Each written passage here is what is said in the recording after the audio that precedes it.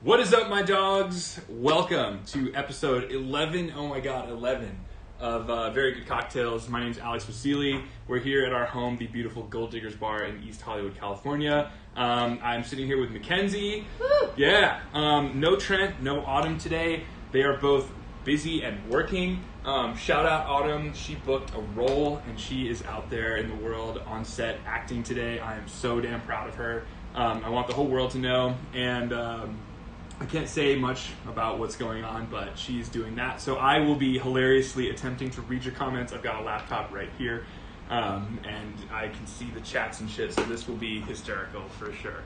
But yeah, today we don't really have a theme for anything. I guess the theme that I have is that I'm constantly always working on is how can I make as many different flavors with the same ingredients. So we're going to share a lot of ingredients today, which is pretty cool in my opinion. It's a great way to get the most bang for your buck from those weird, strange foreign liquor bottles I told you to buy long, long ago.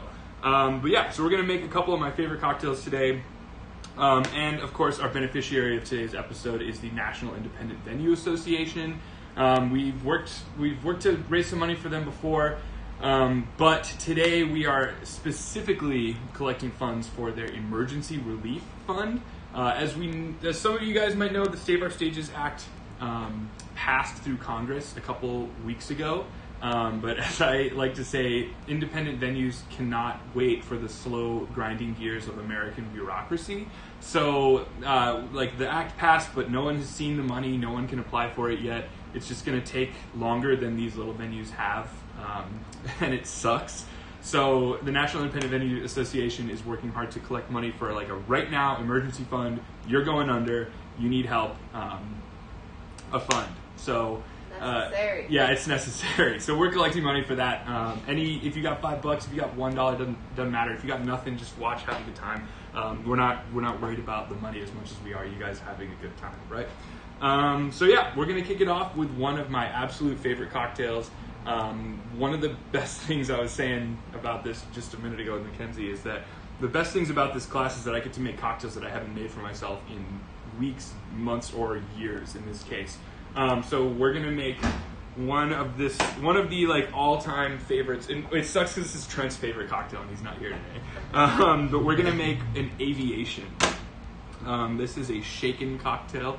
As we say week after week, class after class, we always want to have a beginning, middle, and end before we make a cocktail. Beginning meaning my ingredients, the middle meaning the technique, and the end meaning the glassware. I don't want to mix it all, shake it, have it all done, and then be scrambling somewhere looking for glassware while the cocktail dies in the shaker. So I got my ingredients ready right here. This is gin, lemon, Luxardo Maracino cherry liqueur, a tiny bit of simple syrup. I like it with simple. You don't have to do that, but we'll talk about it in a sec. And then a really special alcohol called Creme De Violet, which is a floral liqueur. So, as with any cocktail, we're going to start off with the cheapest ingredient. Hi, Marissa. I see you.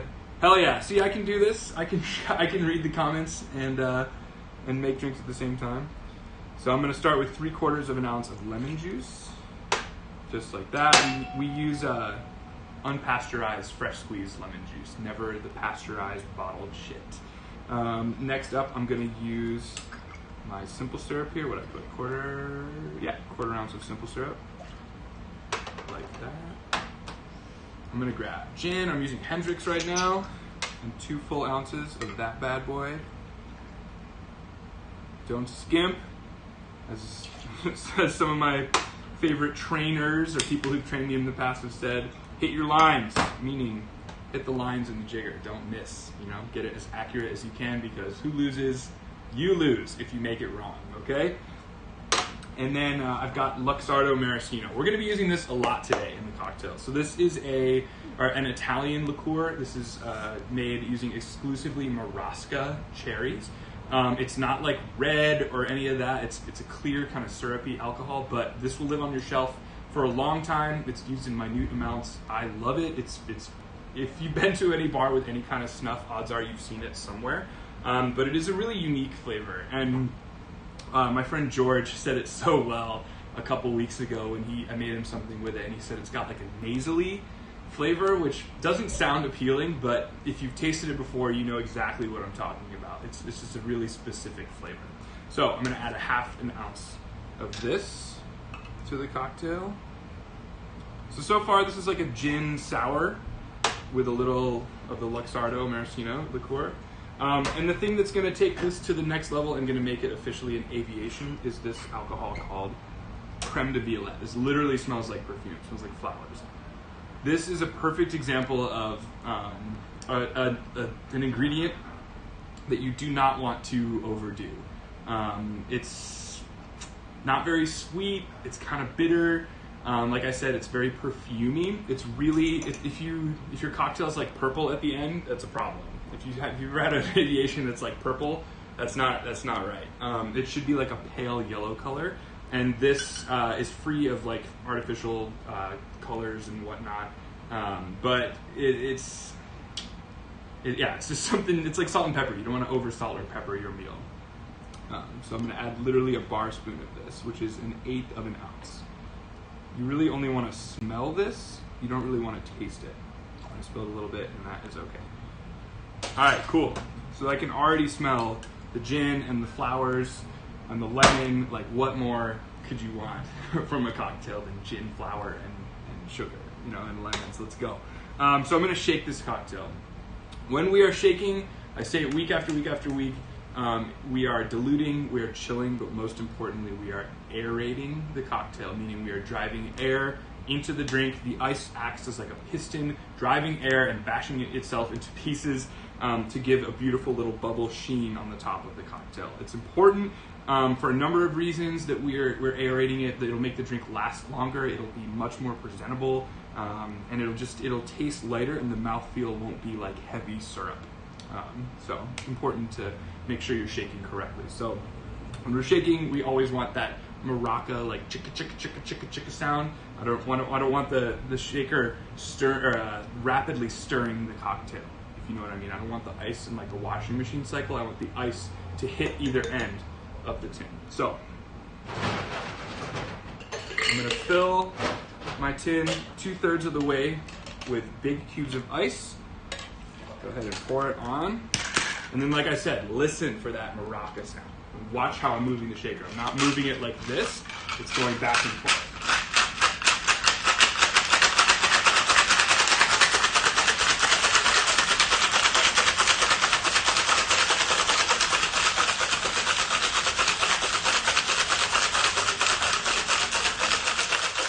All right, cool. So I know it's done for a number of reasons. One, I can hear the air trying to escape as I pop it open. I can take my fingernails, scrape some ice off the outside of the tin, and when I look inside, there's a beautiful white froth across the top. So I'm going to double strain this cocktail as we do all of our shaken cocktails. We want to remove that like crushed ice, sort of icy float that happens. So grab your little strainer. You can use like a pasta colander if you have one. All you want is like hey, someone's here. Hell yeah. All you want is just like a little bit. Yeah, there we go. You just want something that'll take the ice, like the icy, crushed ice, I guess you could say, out of it. Okay, beautiful. Just like that. Oh yeah, there you go. Mackenzie, we have a visitor or someone dropping something off. Okay, so I know I shook this correctly because I have this little mountain of ice that would have been in the cocktail had I not double strained it.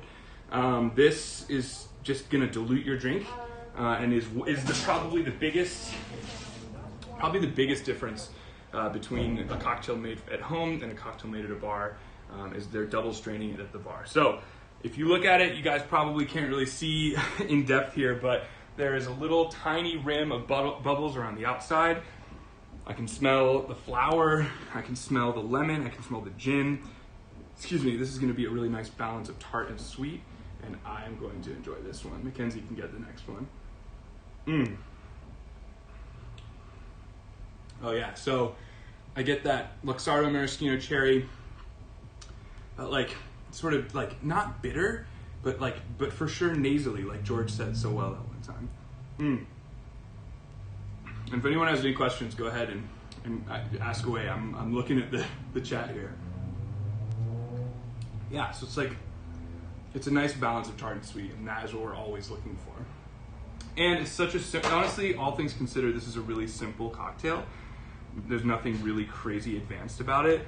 But if you tweak the proportions of ingredients like we're about to do for a couple of the drinks we're going to make here, you'll see how many different flavors you can pull out of these ingredients. So I'm going to reset. Clean out all my tins. Always want to be in a clean workspace. Yes, okay. All right, so this next cocktail I'm going to make for you guys is a drink. I taught a private class recently and was reminded about how epic this drink is. This cocktail is called a Bobby Burns. Yeah. So this is like a Scotch Manhattan with an added liqueur to it.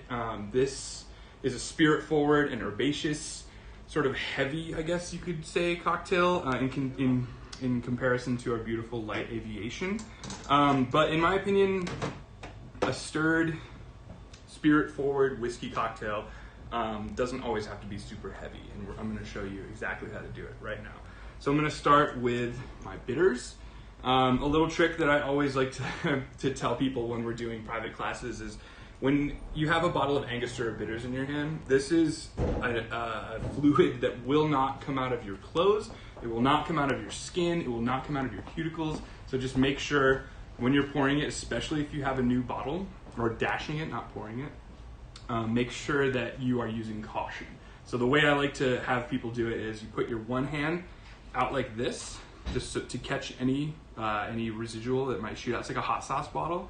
I've seen people like point it out like that, and that'll hit the guest. We don't want that. Put your hand right here, and then with like confidence and strength, dash the bottle 2 times. So ready? 1, 2. It's that simple. If you go any slower though, you're gonna have little shots of forever staining bitters all over your stuff and your cuticles and fingernails. The stuff is a mess. So just be careful. Next, I'm going to add the specific liqueur I was talking about. This is called Benedictine. This is a French Alpine spirit, as it's known. It is a grain-neutral spirit. It was discovered in 1510, and they claim that it's the exact same recipe. This is a really floral, herbaceous, almost like oregano and dill, but like not in a savory way at all. In like a sweet way is kind of how this stuff comes to be. But you can get a tiny bottle like this that will live on your shelf for eternity because we only use it in minute amounts. There are only, it's almost got like a Fernet smell to it. How else would I would say like oregano and Fernet. So like another herbaceous note, which is what we're looking for. I'm gonna pour 1/4 of an ounce of this into our mixing glass since we are stirring this one. Beautiful. All right, cool. For any questions about that one, I'm happy to field them as best I can. It's 25 different botanicals, 27 different herbs and spices. Yeah, there's lemon peel. They say the direct quote is distilled and mellowed in an extravagant palace. They literally wrote the word extravagant palace on the fucking bottle. This is Benedictine. The Alpine liqueur, as they say.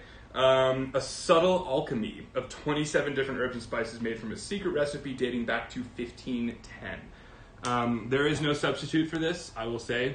There are many like it, and probably a lot of things better than it, but for a Bobby Burns, which is named after Robert Burns, the Irish poet, whose birthday was a couple weeks ago, this is how the cocktail is supposed to be made. So if you don't have Benedictine, maybe skip this one and just make a Scotch Manhattan, and that's okay. But get a bottle of Benedictine.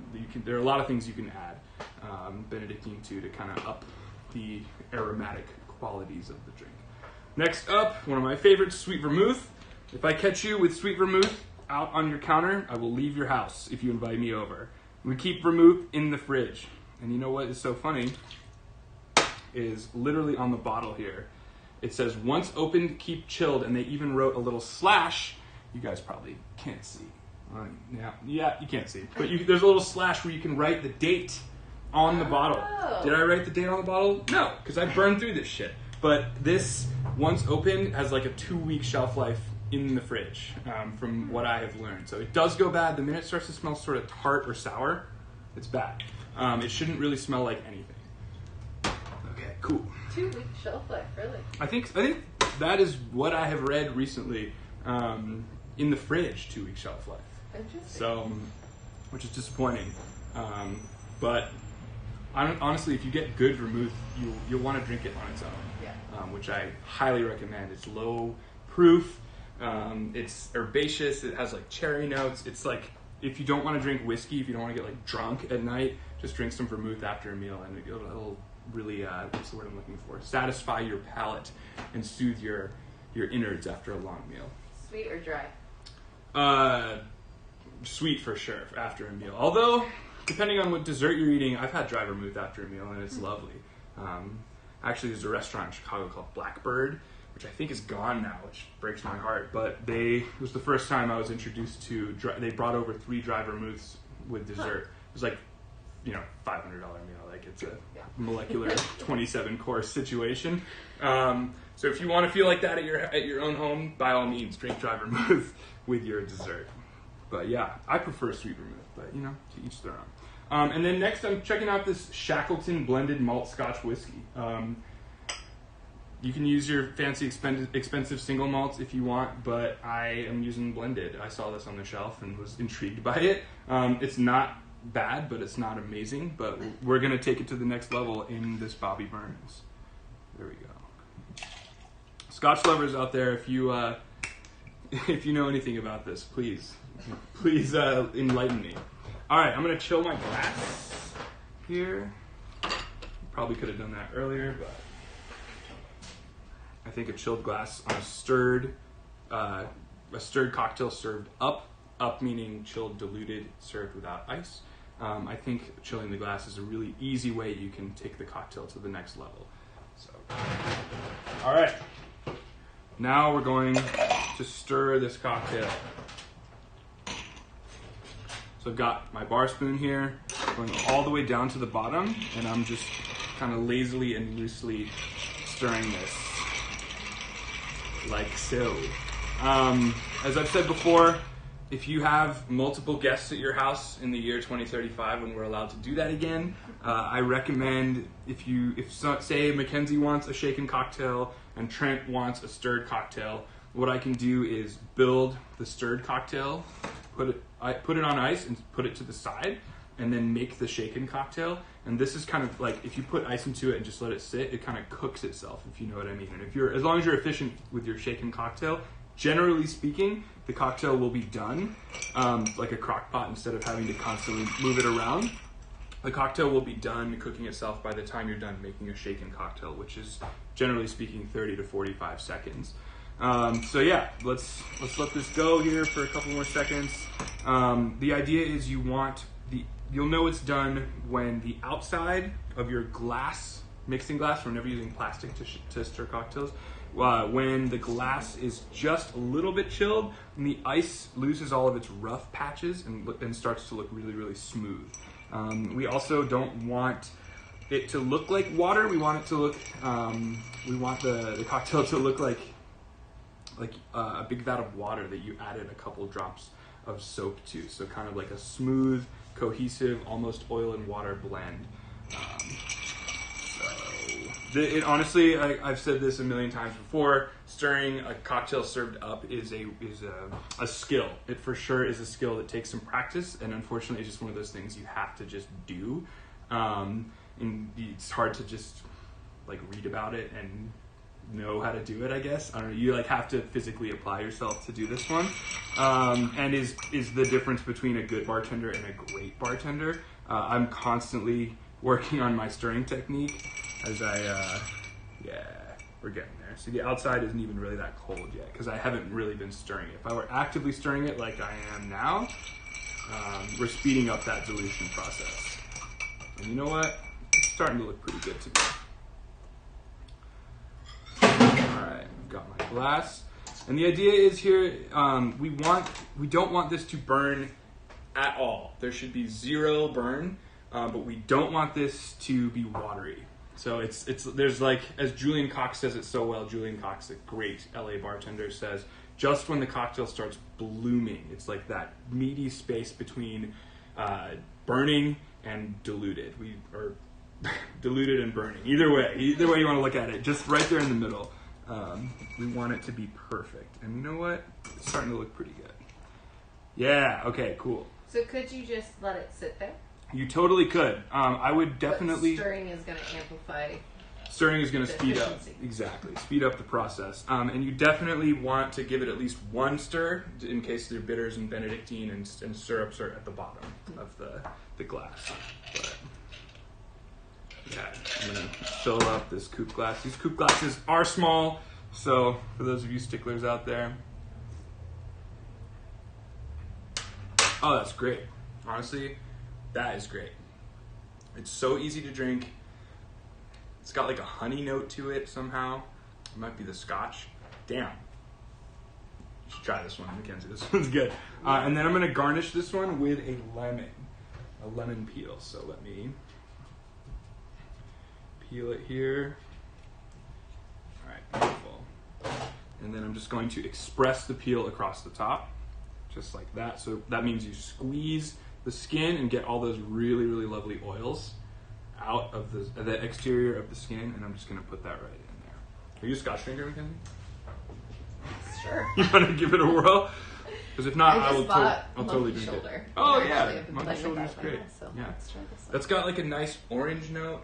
You get the herbaceousness for sure from... Smells beautiful. Yeah, you get the herbaceousness for sure from the Benedictine. It's like a Scotch Manhattan on steroids. Oh, that's lovely. What do you think? Yeah, right? You know what it tastes like? What's that? It has, in a more subtle way, a lot of the notes of your syrup. Oh! Like in a yes! more subtle, like less sweet, but as far as like the spice profile, Hell it yeah. seems very similar. That is really interesting and a perfect segue. Where is that? Where is it? Come on, I got it over here somewhere. Yeah. For those of you guys who don't know, we make a proprietary syrup here.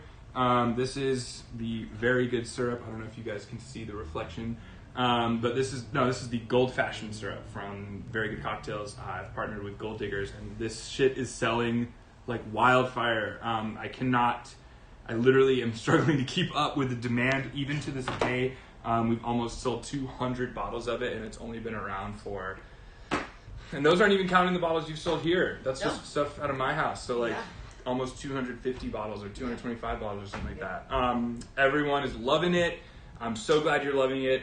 It's really fun to see everyone, well, first of all, stirring their old fashions at home. Syrup aside, I'm glad you guys are stirring your old fashions. So many people would just kind of throw everything in a glass, which is totally cool too. But it's really awesome to see everyone upping their home cocktail game when we can't go and be in bars right now. So thank you for all the support. The link to buy that is all over my social media everywhere, and I'll make sure you can get it after the class and all of that good stuff. But yeah, the idea is you just add 1/4 of an ounce to any spirit and boom, old fashioned. It's very, very simple. So yeah, that's that. Next up, we're going to shake another one here. Yes, okay.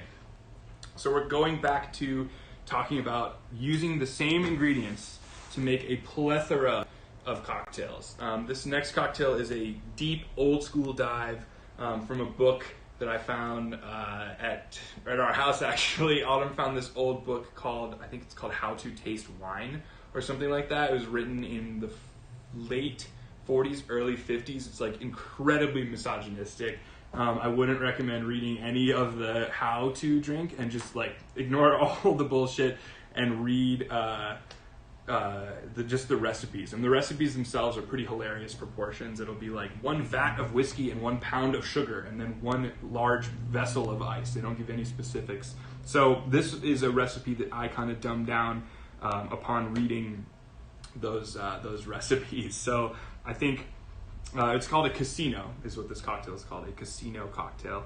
And this is really, really similar to our aviation. We're just subtracting an ingredient and adding an ingredient. So yeah, in fact, I will enjoy tasting the differences in the two. Hell yeah, Marissa. I'm glad you enjoy it. Which one did you make? I want to know which ones, or maybe you're making all of them. Who knows? Hopefully you're making all of them. Marissa's favorite cocktail that I've made for her, I think, is a whiskey fix, which we'll make one of these days. Don't worry, we'll get to it. But yeah, so this is a shaken cocktail. We stirred our last one. One thing I forgot to mention is the difference between a shaken and a stirred cocktail is we do not want to aerate our stirred cocktails. We want to aerate our shaken cocktails, and generally speaking, all the shaken cocktails I'm making have citrus in them. So that's one of the big things you'll notice is that my stirred cocktails don't really have citrus or juices in them. It's just generally spirits and syrups and liqueurs and vermouths and whatnot. Okay, cool. So we're going to shake this cocktail again. We're going to start with the cheapest ingredient always in case we mess it up. 3/4 of an ounce of freshly squeezed lemon juice. 3/4 of an ounce of the Luxardo Maracino cherry liqueur. This is like $25 for the big bottle. I'm telling you, the door you open when you buy this bottle and put it on your shelf will give you access to hundreds of new exciting cocktails. This is a standard staple ingredient. It looks fancier than it is. I mean, the label is sexy and they got the wicker on the bottle and all that, but just trust me, this is a really good investment for your home bar. I'm going to add gin, 2 ounces. Beautiful. Cool. And then this is what is going to make it different from our aviation is orange bitters. And I'm using 5 whole dashes, which is a lot of orange bitters.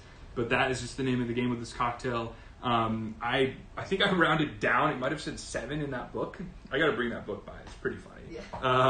Yeah. There's like a cocktail. What is it? Oh my god, I just read it the other day. It's like Super Roadhouse. It's got an oyster in it or whatever. It's like salt and it's very strange. Anyway, so 5 dashes. 1, 2, 3, 4, 5. This stuff's a little more forgiving. It's clear. It's not going to stain your clothes. But we never want to spray our guests with bitters. So there we go. Okay, so that smells a lot like orange because I added that many orange bitters. Normally you don't add more than 2 or 3 dashes, but in this case we're making our casino cocktail, which will be served up. It smells like orange blossoms, to be completely honest, and that smells tasty. All right, cool. Does the Luxardo Maracino, does that have the same thing to do with the cherries? Yes. So is it the same recipe that goes into both products? Do you mean the Luxardo cherries? Yes. Things? Yeah. So this is the alcohol made from those cherries. Got it. Interesting. And they don't add any artificial colors or flavors, so it's just clear, as it should be. You know. So when they're making it in the cherries, the syrup that you're getting from that. That's just, I think they make a simple syrup maybe and put them in there, or make a thicker syrup or something. My puppy's calling. Oh, hey! Yeah, there we go. Guys, everyone wish Mackenzie luck. She has, she's a call right now. She's trying to adopt a puppy. So this is like the interview. So everyone wish Mackenzie some luck. I hope she gets it because dogs rule. So I added some ice to the shaker, and perfect example, right? So if you're like chatting, having a good time with your friends, making some cocktails or whatever, and you put ice in the shaker and just let it sit for a long time, it's been like a minute, maybe a minute. When I pour the shaker out, there's so much water that we don't want in our cocktail. We don't want that extra water that's just been chilling. We only want the water that comes from smashing the ice to pieces. We don't want excess dilution to our drink. So, gonna reset, dump out the excess water, and then we're gonna shake this bad boy one more time. So, listen for the maraca sound. Here we go. Yes. There it is.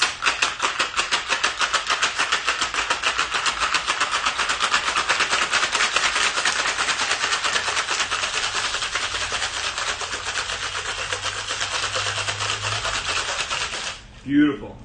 I can hear the air trying to escape. I can take my fingernails, scrape some ice off the tins, pull it open. I see a beautiful white frothy foam, and we are going to double strain this bad boy into our glass.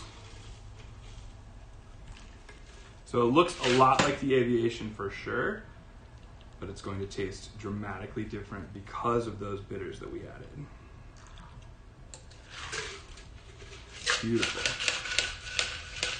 All right, and we know we shook it long and well enough because of our little ice patty that we make that is found in our double shaker or double strainer when we're done. Put that off to the side.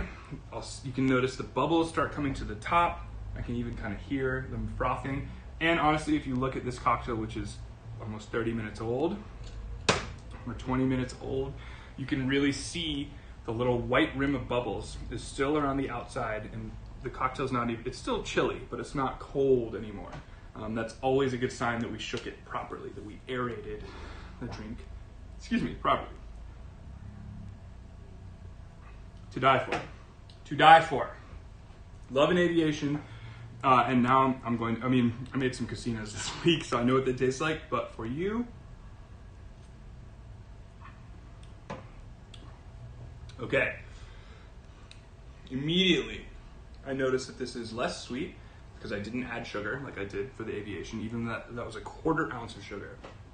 And it tastes like I walked through a bushel of orange blossoms, or like 1,000 people opened half full containers of orange juice and like squeezed the air out at me. It smells like freshly squeezed oranges, but tastes lemony. I have that cherry Luxardo flavor that's so unique. Yes. Oh, hey there. What's up there, Kevin? See, okay, for those of you guys just joining us, no Trent, no Autumn today. I'm reading the comments here. Tastes like a straight up French what? Okay, hang on. This is too fun. Because I never get to read the stuff you guys are saying in the chat. I'm always like, Autumn's like filtering it out. So you guys can, oh no, Kevin, don't see yourself out. This is great. Constantine, it can be light. Yes, it can be light. Scotch drinks can be light. Tell me about it. And Benedictine's nuts. Oh my God. This is why I love you guys so much. And this is why I need the comments on like some sort of screen, like a projector screen where I can see all of the professional trolling that is happening during these streams, because it cracks me the fuck up. So, where were we, dude? We were talking about these two cocktails. They look super, super similar. And if anything, I would maybe garnish this with an orange peel expressed because of the orange bitters, and I want to accentuate that. But just looking at it, this has like, with the light coming at me here, this has like a darker sheen. But really all I did was tweak the ingredients just a tiny, tiny bit. And I made a completely new cocktail, which is what it's all about, man. Like if you have, what's a good metaphor? Or a good simile. Yeah, like say you get a thing of dried rosemary, right? And on the bottle it says, rosemary goes really, really great with grilled chicken. Like, yeah, it does. But it can be used in a plethora of other environments, plus or minus other ingredients, to make a whole new flavor profile and a whole new concept. And liquor is no different. Especially fun, cool, unique ones like the Luxardo, like the Creme De Violet, even like vermouth. So, sorry, I'm such a nerd about this shit, but it's really, really true, and it's fun to save some money during the pandemic when you don't have a job. To what am I trying to say here? It's fun to create multiple flavors with the same ingredients, is what I'm trying to say. Aviation's hidden here. Okay, beautiful. I'm gonna put these off to the side and enjoy them. The next cocktail I'm going to make is a super old school cocktail that I learned from Paul McGee.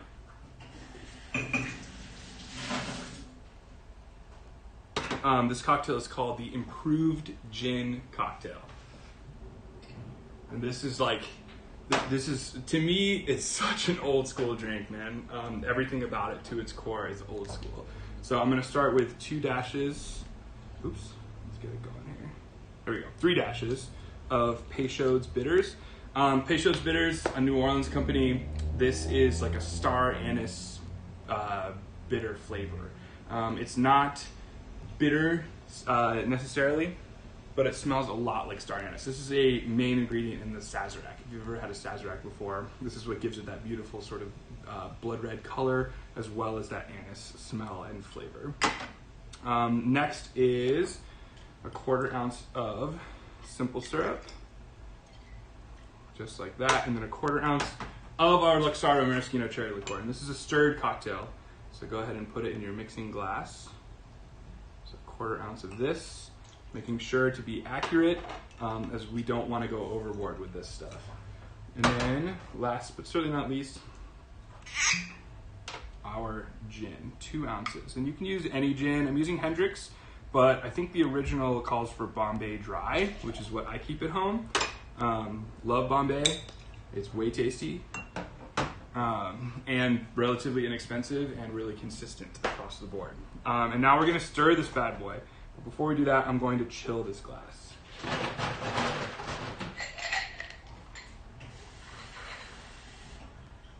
There's one more crucial step to this cocktail that I'll show you. I get to use one of my favorite tools, but there is the crucial step that we'll do right after the cocktail is done, or right while it's about to be done.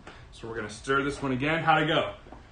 Good. Good? Were they just like, do you have the money or what? Like, how did? No, they were like, well, because they're obviously like adopting, so they're animals that are mixed breeds. Yeah. And they were like, well, you listed a pit bull as a breed, and it has some pit bull in it, so we want to make sure that you can have pit bull in your property. It's just like, man. And can you not? Or I don't know. They said there's like restricted breeds, but they said that, man, and really? I've definitely seen like German shepherds and pit bulls and the ones that are on the restricted breeds. Sure. So, anyways.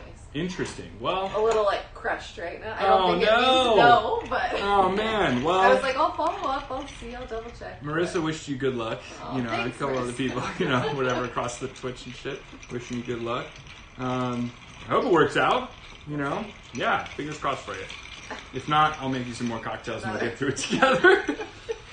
What was I saying? Oh yeah, so we're stirring this cocktail. You'll notice it's a delightful pink cocktail. This is not a pink gin. A pink gin is Angostura bitters and gin. This is an improved gin cocktail. It's a hilarious name for an old school drink.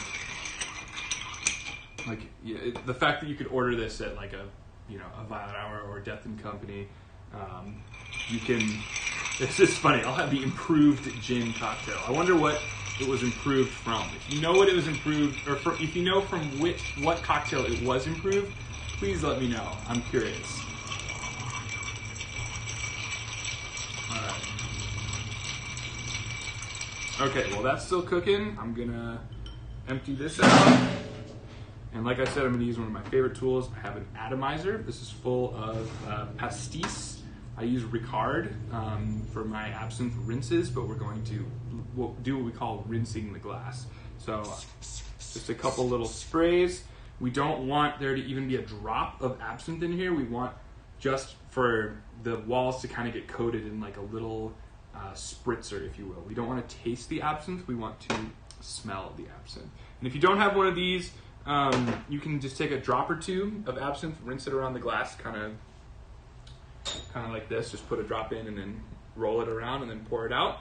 That also works just fine. All right, cool.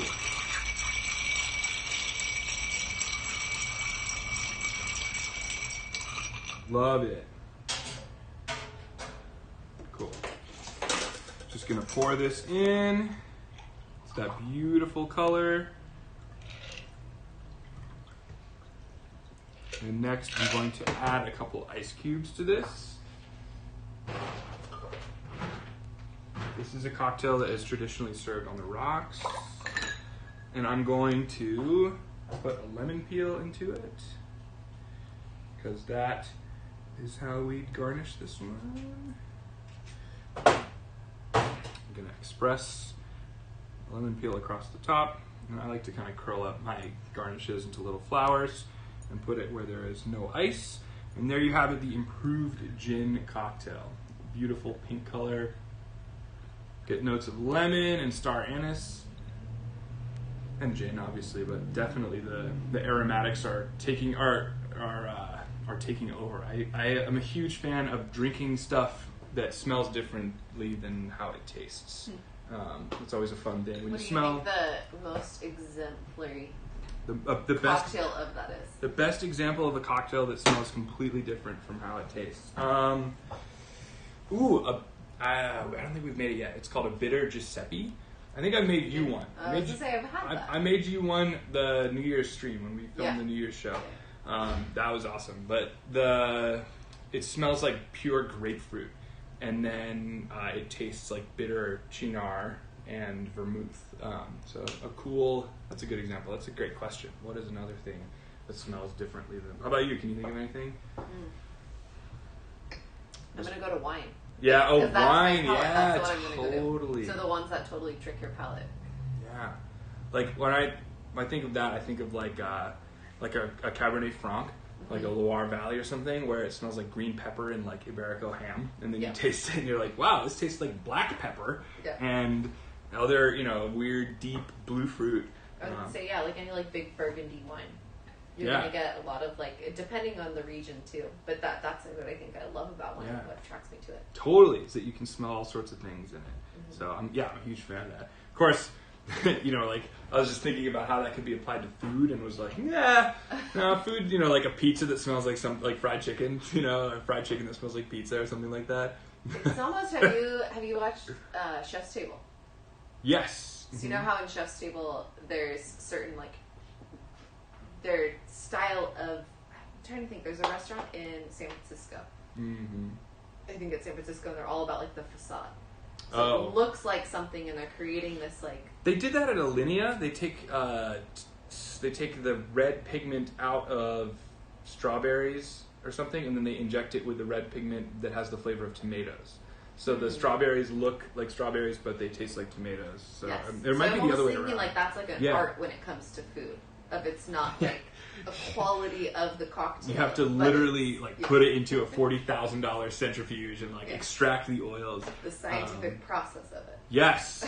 Ryan Miller is asking, is there a good recommendation for a brand of absinthe? Yes. I highly recommend, you can use, if you want to get like absinthe and have a bottle that says absinthe on your shelf, you can get Lucid. Lucid is pretty solid.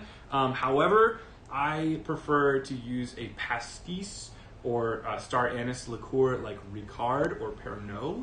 Ricard, R-I-C-A-R-D, is great. Pernod, P-E-R-N-O-D, is great. Both of those will have this color, this sort of like bronze honey color. They'll be pretty high proof as well, like you can light them on fire. This Kubler is also really good. This is a Swiss company. This is technically, this is Swiss absinthe. But yeah, it's generally a star anise liqueur. If you got the big bucks to shell it out, I think Pernod is like $70 a bottle, but Ricard is much cheaper, and that's why I like using it. But yeah, I recommend those absinthes. Let me taste this one. Yes, perfect. So once again, an exemplary display of the same ingredients, just different volumes. Actually, one ingredient different, the bitters, obviously. But for the most part, these cocktails share 3 ingredients across the board and are all 3 completely different experiences. So I love that. I'm such a nerd about this shit. And I like making my liquor bottles go a long, long way. So yeah. Those are the 4 that I had planned for the day, and it goes by so much faster when I don't have Trent talking my damn ears off here, or Autumn, talking about what you guys are trolling with. Oh, here we go. Kevin said, "Good luck. Just keep drinking until you see a dog." Maybe that that works. Honestly, I believe a little bit more in like what's meant to be just comes to you. Certainly. And so I think that's where like interviewing for a dog just feels a little wrong. Yeah, it does. Like I get the point of it, like vetting you. Yeah, making sure you're not like a owner. Exactly. Like I think it's more on behalf of the dog. But I think it's like when the thing is right, it falls in your lap. Sure. Or it's like the opportunity arises, or you manifest it for long enough, then it like creates itself. Definitely. So this, like, I think that's why I watched it and I was like, yeah, that's not the right one. But when you see a picture of a puppy and you're like, that's so cute. I mean, dude. I mean, you show me a photo of a puppy and I'll start crying at any given moment. Right? Like, ugh.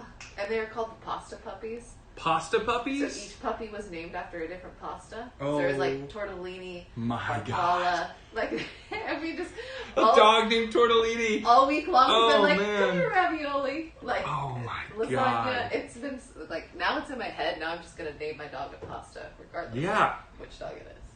Oh man, I'm trying to think what pasta I would use or what name. I like farfalle. That's fun, you know. It's so cute. Right? Or tortellini for a dog name is pretty hilarious. The tortellini I love.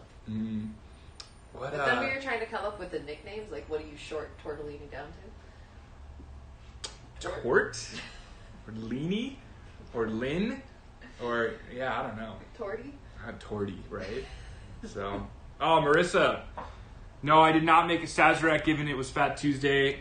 We've already made a Sazerac on the show before. I'm trying to do no repeats. But if you want to make a Sazerac, I think you've made it before. I think, if anything, I remember specifically one of the last classes we did with the Sazerac. I think you were super stoked on it. And that is an extremely popular cocktail that I highly recommend if you've never had a Sazerac before. They're to die for. 2 ounces rye whiskey, a 1/4 ounce of Demerara sugar or Demerara syrup, and then 3 dashes of Pesho, stirred into an absinthe rinsed glass, lemon expressed across the top. It's so damn easy and so flavorful, and it's a really, really great test for a bartender as well to see if they know how to stir drinks properly. That's also, I'm not saying you should go out there and start grading the bartenders that pour you drinks. That is never okay. Maybe do it in your head, but don't put that evil out into the world. But yeah, there we go. Those are our drinks. Thank you for all the donations to the National Independent Venue Association. I love this aviation and this casino. Totally different. I love it. I'm having like flashbacks to 2 weeks ago on my birthday when I drank an entire 6-pack of Smirnoff Ice. What the fuck was that? That was absolutely off the rails. And I'm glad to still be alive after that foray. And thanks to Gold Diggers for putting us up for 2 nights to go to bat with that hangover for the next 2 days. But yeah, there we go. That is our show, and we'll see you next week. Next week, I'm so excited. We are pairing up with this incredible nonprofit that my friend LaRob Payton started. It's called Hearing in Color, and they work really, really hard to pull apart, especially classical musical productions. But classical music, as we know, has a long-standing history of white supremacy and white dominance in the industry.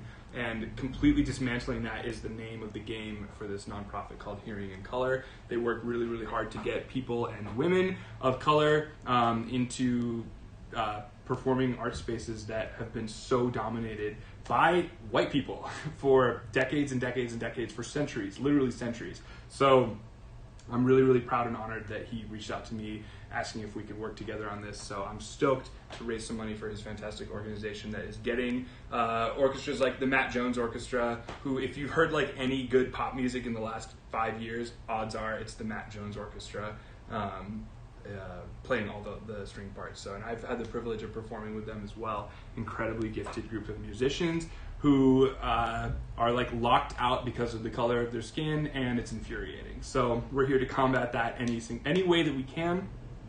And I'm grateful to be partnering with LaRob next week. And we'll see you guys all next Friday at 4 p.m. Pacific, 6 p.m. Central, 7 p.m. Eastern, whatever. If you have any questions about cocktails in the meantime, shoot us a message. We're here for you guys. If you have any questions about the syrup, want to purchase it, or need it mailed to you, just let me know. I'm on it. But yeah, cheers to all of you guys for being here. Thank you so much. Marissa, you're the best. Thank you for the smiley faces, and I'm glad it was epic. I miss you all very, very terribly, and cannot wait to be making drinks for you real and in person. Kevin, it appears that this improved gin cocktail may be improving on... Oh, did he look it up? Oh, here we go. Hang on. Jerry Thomas's book, How to Mix Drinks, mentions a gin cocktail that uses gum syrup, Orinoco bitters, absinthe, and 1 wine glass of Holland gin. A wine glass of Holland gin. Let's go, dude. A wine glass. Fill with ice, stir well, squeeze lemon peel on the top, and serve. From 1862. I mean, yeah, this is a wine glass filled. Yeah, I mean that's these like old recipes. It's like a flagon of rum. It's like, dude, like it's game over if you make this for yourself and drink it. Because you don't even fill a wine glass with wine. No, yeah, you fill it exactly. That is hilarious. It appears this is what the improved gin cocktail may be improving on. And you know what? That, honestly, I would rather drink this than a wine glass full of Holland gin and whatever the hell. I mean, gum syrup is pretty awesome if you can get your hands on that. It's like, I'll try to get a bottle of it. There's a company called Petite Cane, or Canne. They make a gum syrup from Martinique. It's like a really high quality sugar syrup. It's just expensive and hard to get a hold of, but I would like some of it. I was just talking with my friend Drake at Total Wine and Spirits about it because they don't sell it there and it's impossible to get online. So one of these days. But thank you all for joining us. Thank you for your donations. I will see you guys hopefully very soon. Next week will certainly be a party. And we've been planning shows in March. We have some guests that will be here making drinks with me live. I'm so excited. I'm not going to give anything away just yet, but I have some very talented bartenders and artists coming through who are going to be making drinks with me, and I'm stoked on it. So with all that being said, I'm going to turn off the thing by myself here, but thank you guys so much week after week for all the love and support, and we will see you very, very soon. Cheers, y'all.